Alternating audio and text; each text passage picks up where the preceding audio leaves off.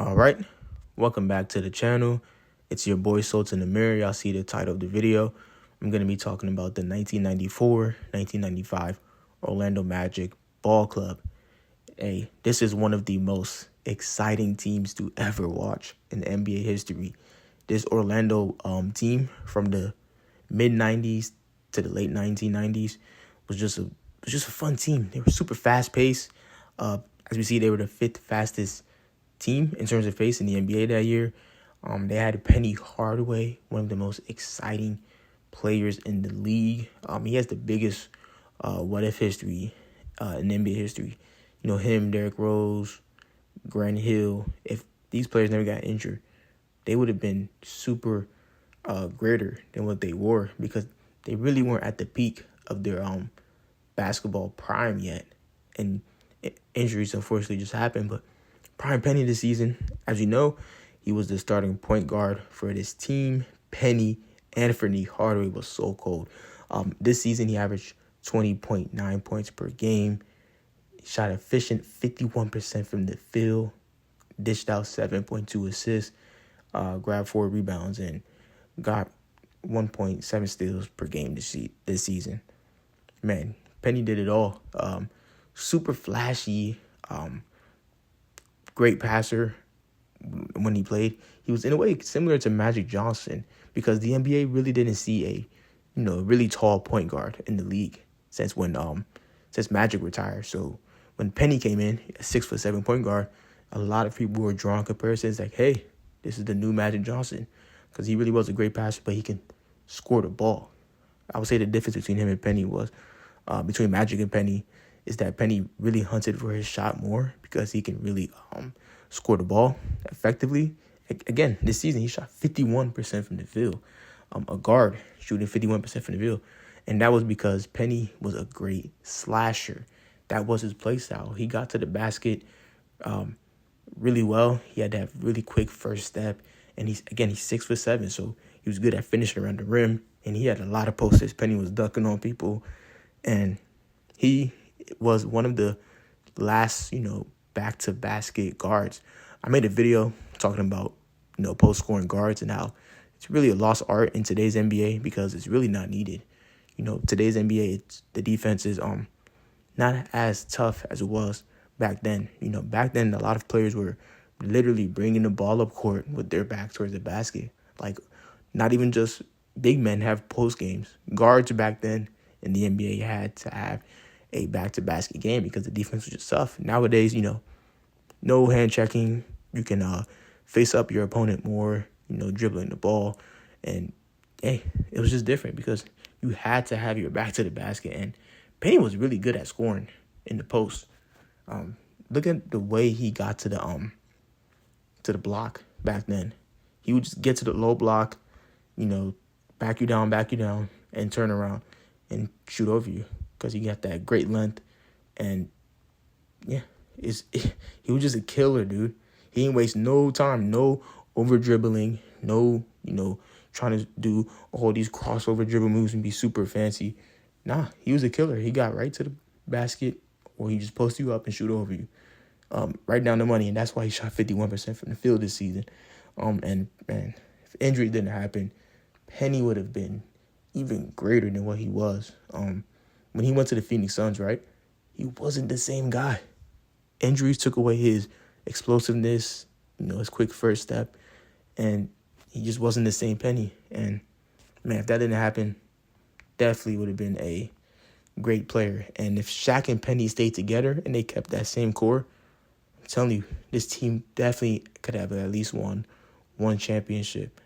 But hey, let me move on to the other players. Let me talk about Shaquille O'Neal, Shaq Diesel, Superman.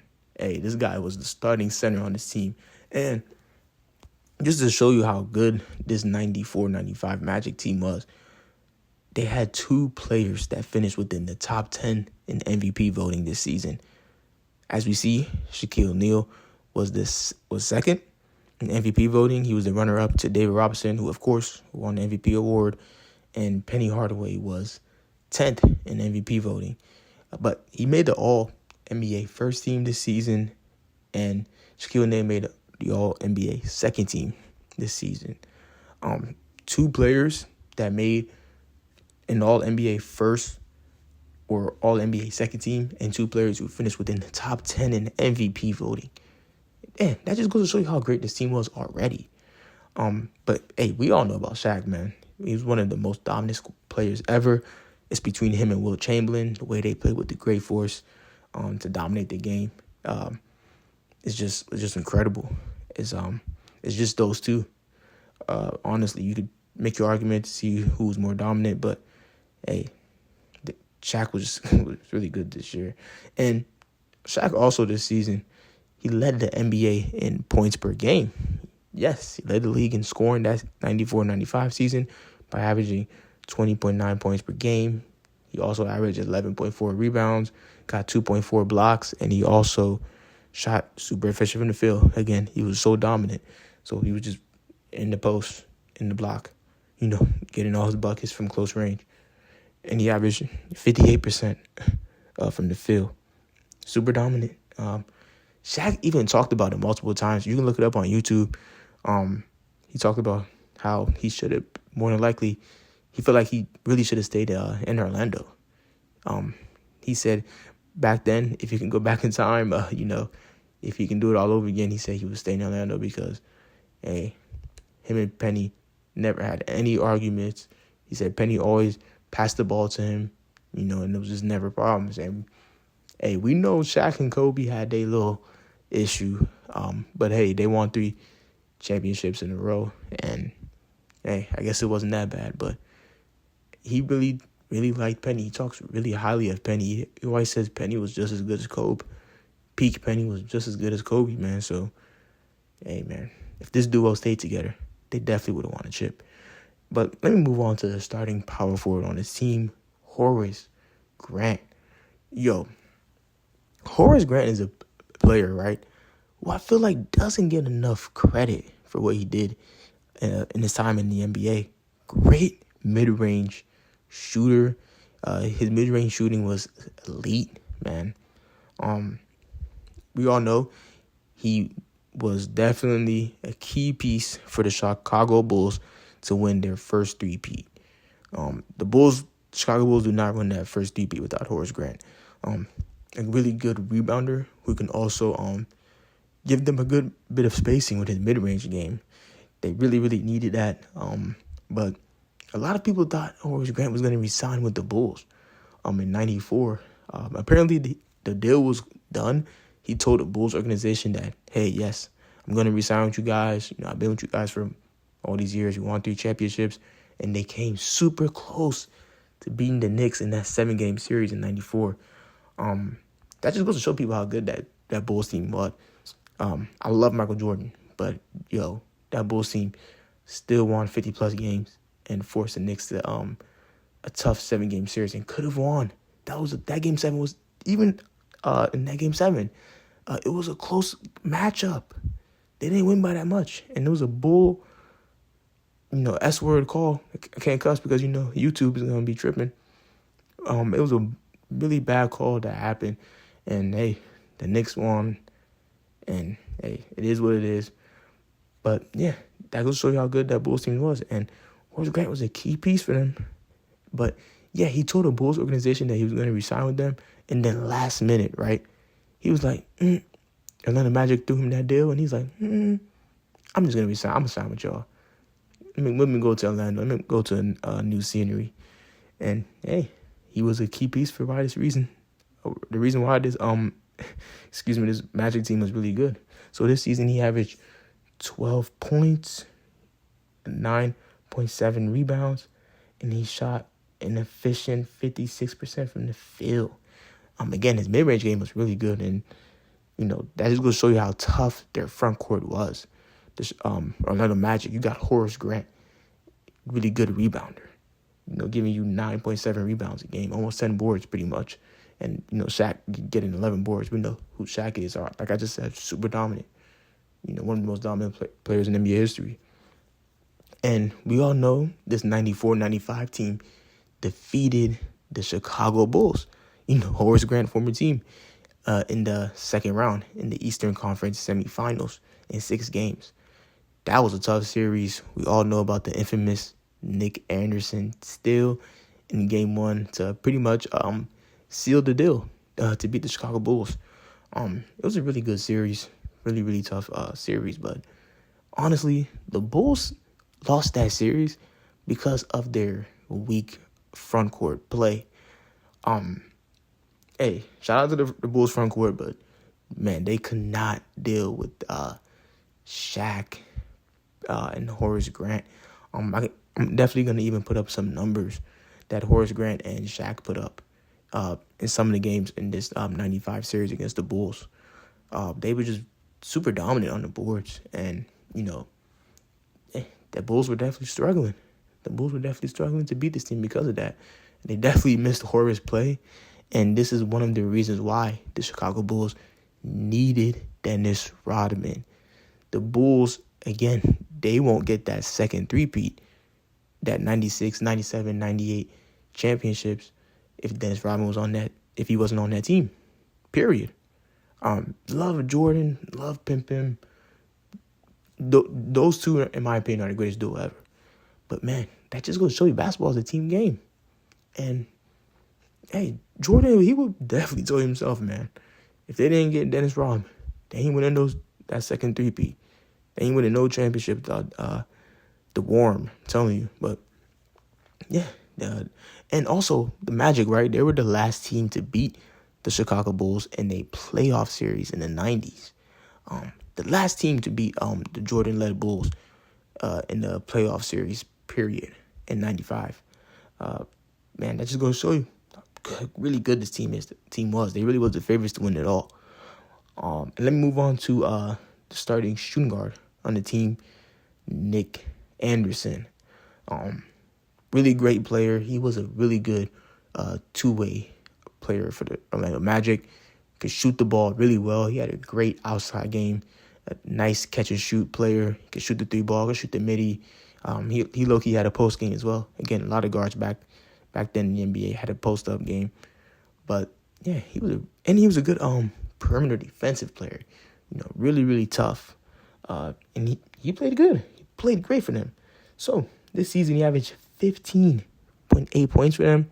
He shot 41% from three, and he shot 47% from the field overall. And he also averaged 4 rebounds, and he also averaged 4 assists, man, and 1.6 steals. All around game. Great player for this team. I love the jump shot. The jump shot looked super slick. Super slick. I like the way he shot the ball. And hey, just a knockdown 3-point shooter. So let me move on to the small forward position. Now, when it comes to the small forward position, right, this is interesting. So Donald Royal was the starting small forward for the Orlando Magic most of the games in 94-95.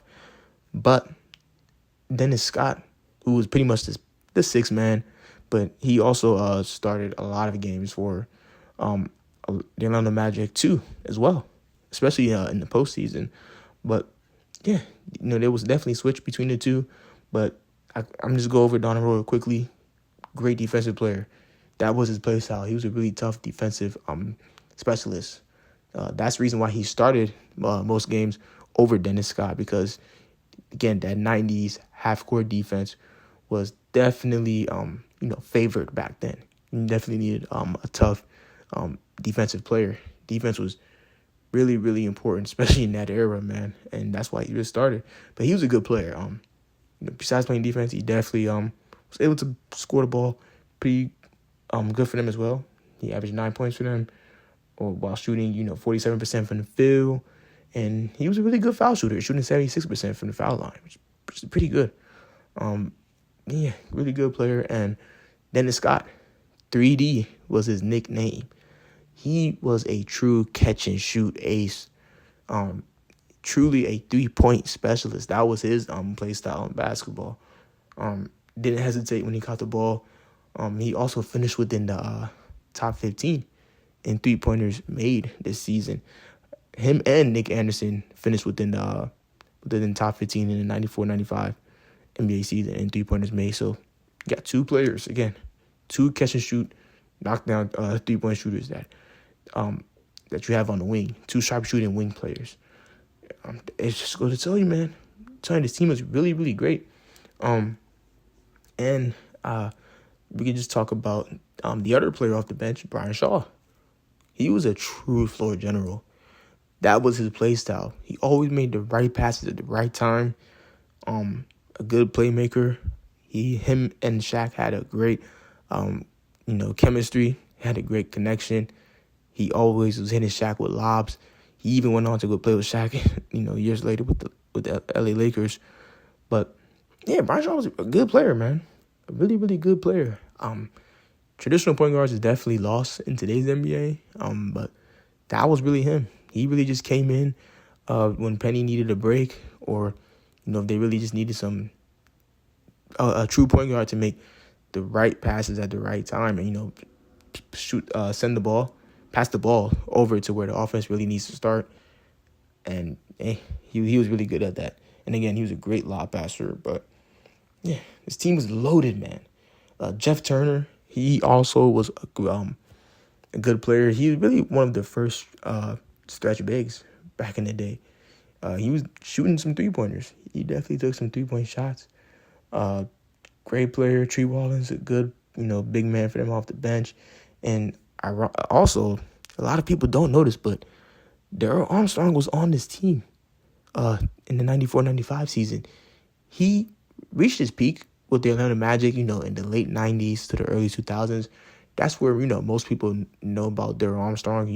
His numbers got better. He reached his peak in his basketball career. He was playing great for Orlando, again, in the late 90s, early 2000s. But, man,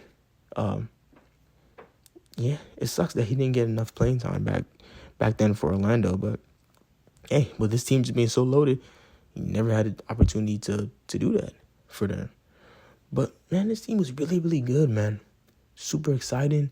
Also wanted to just show y'all some of the numbers that this team put up. As you know, if you guys look at the screen, this team had the best record in the Eastern Conference that year. They finished with a 57-25 record. Again, they played great in the postseason. They beat the Boston Celtics 3-1 in the first round. And I talked about them, of course, beating the Chicago Bulls in the second round, Eastern Conference semifinals in 6 games. Tough series. Great matchups, though. Great matchups. But, hey, the Bulls got them back the next year and swept them in the Eastern Conference Finals. But I just wanted to say that. And they ended up playing the Indiana Pacers in the Eastern Conference Finals in 95 in a very tough 7-game series. Hey, please watch those matchups, man. Please watch those games.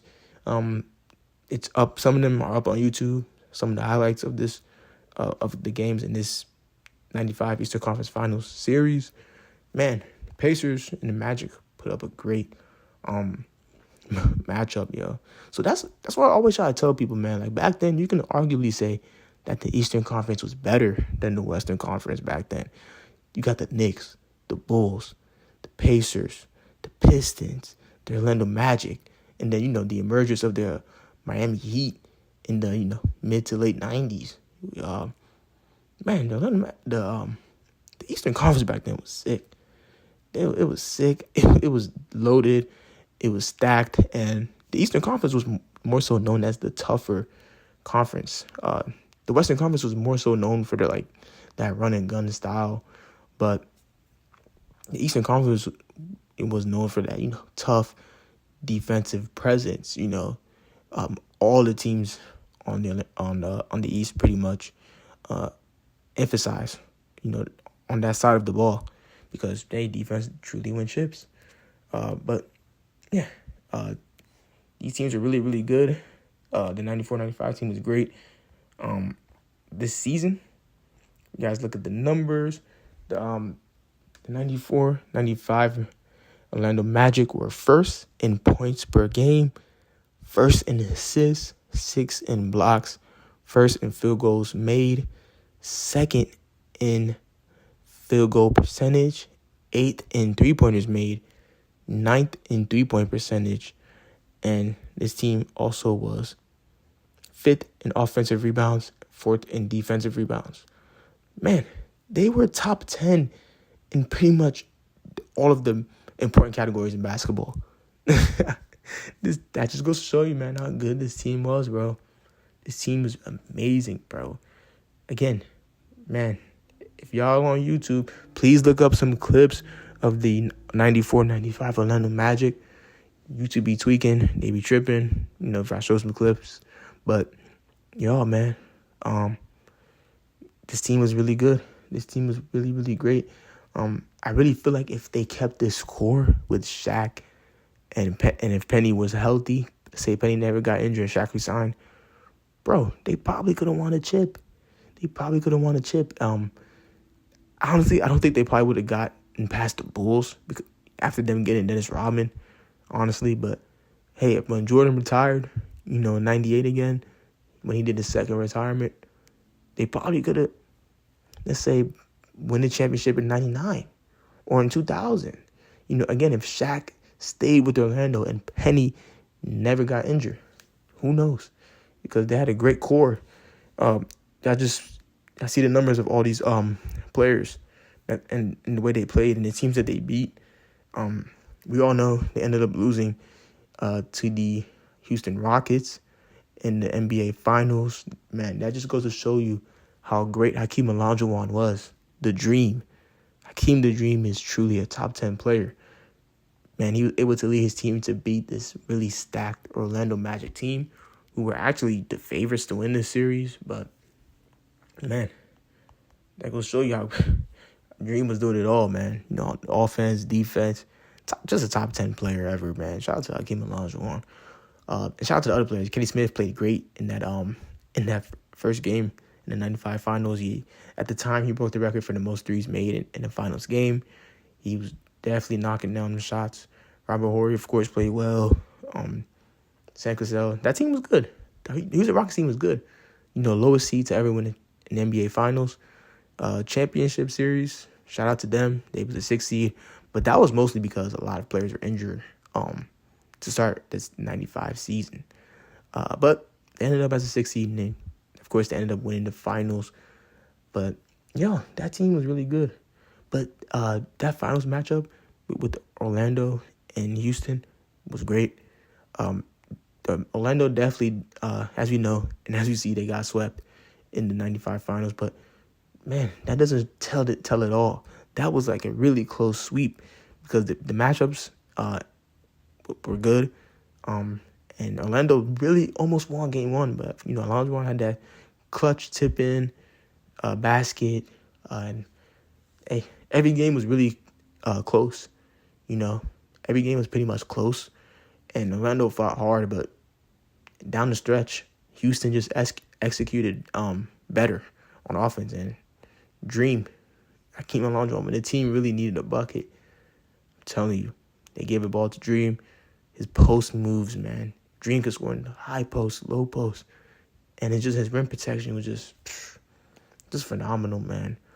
But, hey, man, ended up losing, but that still doesn't take away from how great this 95 Magic team, although they lost in the NBA Finals, one of the greatest teams to never win an NBA championship, for sure. But, hey, y'all tell me your thoughts and opinions in the comment section below about this 94-95 Orlando Magic team. Hey, I love this team. Did you also enjoy watching this team play, especially people, who are also older? Do y'all remember this 94-95 Magic team? I had to go back and watch some games, man. This team was amazing to watch. Super fun. Super exciting, man. Penny when he was on the break. It's just amazing, man. This whole team was fun. And they brought, like, new life to the NBA because, Orlando was a expansion team, and they ended up just being really, really great. But, hey, this team was really good, and they'll definitely always be remembered. But, again, y'all tell me your thoughts and opinions about this 94-95 Magic team, man. Do y'all love them just like me? Yeah, I'm a big Penny Hardaway fan. Besides Michael Jordan, Penny Hardaway has the best signature shoe line in Nike history, man. You know, the foam posits, the penny ones, the penny twos, just beautiful shoes. And he was just an exciting player. Shaq, D3, Nick Anderson, Horace Grant, my guy. Hey, this team is great. All right. Thanks for watching. Please stay tuned for my next videos that's coming out soon. Like, subscribe. Till next video.